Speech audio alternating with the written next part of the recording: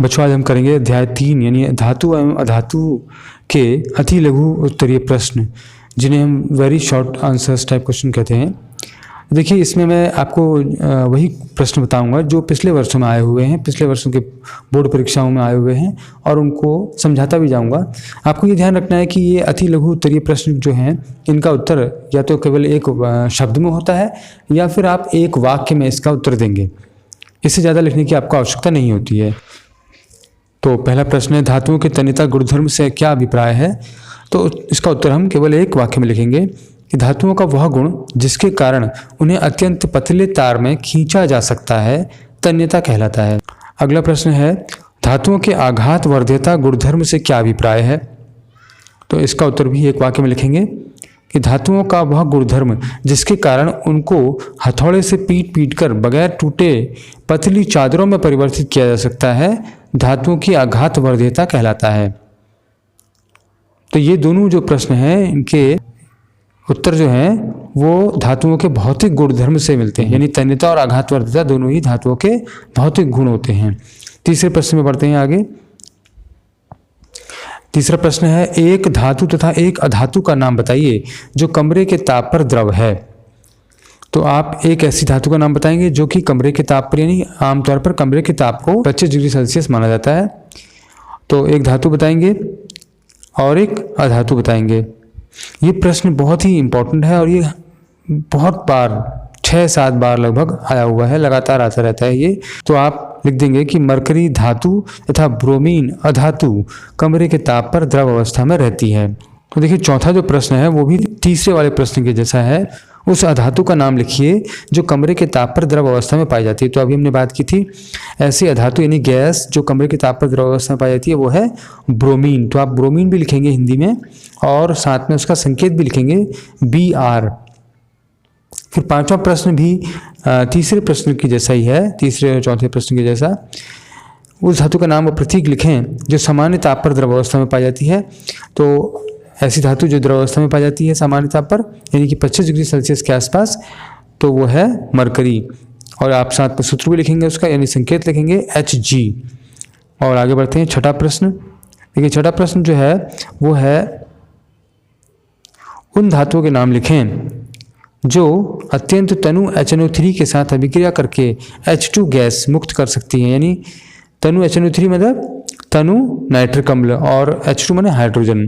तो आप मैग्नीशियम लिखेंगे, साथ में उसका संकेत लिखेंगे Mg, और मैग्नीज लिखेंगे, साथ में संकेत लिखेंगे Mn। फिर सातवां प्रश्न है, अम्लराज एक्वारेजिया, एक्वारेजिया भी कहते हैं इसको, और इंग्लिश में और हिंदी में कहते हैं अम्लराज। ये क्या है? इसका ये प्रश्न भी देखिए 2 तरीके से आया हुआ है। एक नंबर 7 में भी वही प्रश्न है और दूसरा 8वें में भी जो प्रश्न है वो भी, उसका उत्तर भी वही है कि एक्वारेजिया के इन 2 अम्लों का ताज़ा मिश्रण होता है। तो लगभग एक जैसे ही उत्तर है इनके। 7 का उत्तर देखते हैं पहले।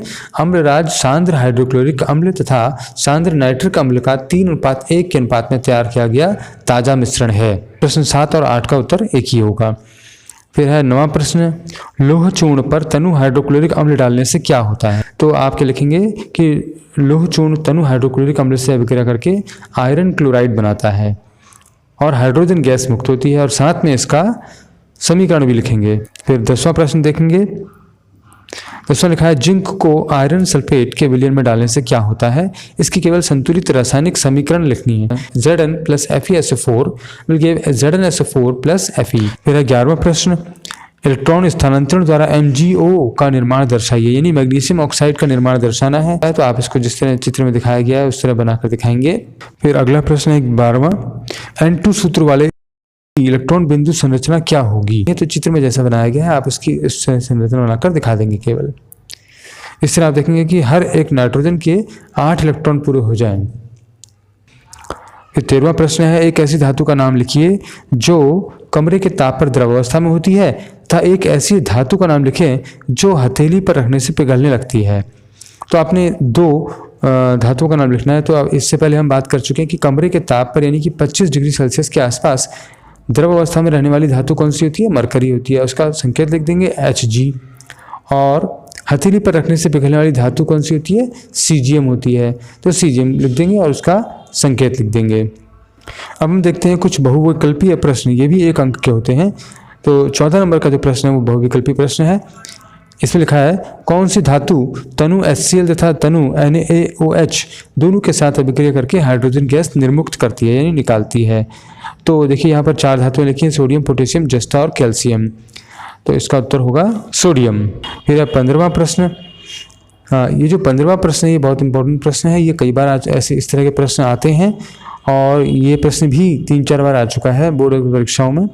देखिए लिखा हुआ है एल्युमिनियम, कॉपर, आयरन और जिंक का उनकी अभिक्रियाशीलता के घटते हुए क्रम में सही विन्यास निम्नलिखित में से कौन सा है। तो सक्रियता श्रेणी जब हम देखते हैं, देखिए मैं आपके सक्रियता श्रेणी दिखा देता हूँ एक बार। जब सक्रियता श्रेणी देखेंगे तो आप देखेंगे कि उसमें कौन सा तत्व अधिक सक्रिय है और कौन सा तत्व कम सक्रिय है। तो इसका जो उत्तर है इसको इस सक्रियता श्रेणी के हिसाब से आप लगातार इस मेरे चैनल के संपर्क में रहिए, अपने दोस्तों को भी शेयर करें ये और इस चैनल को सब्सक्राइब करें।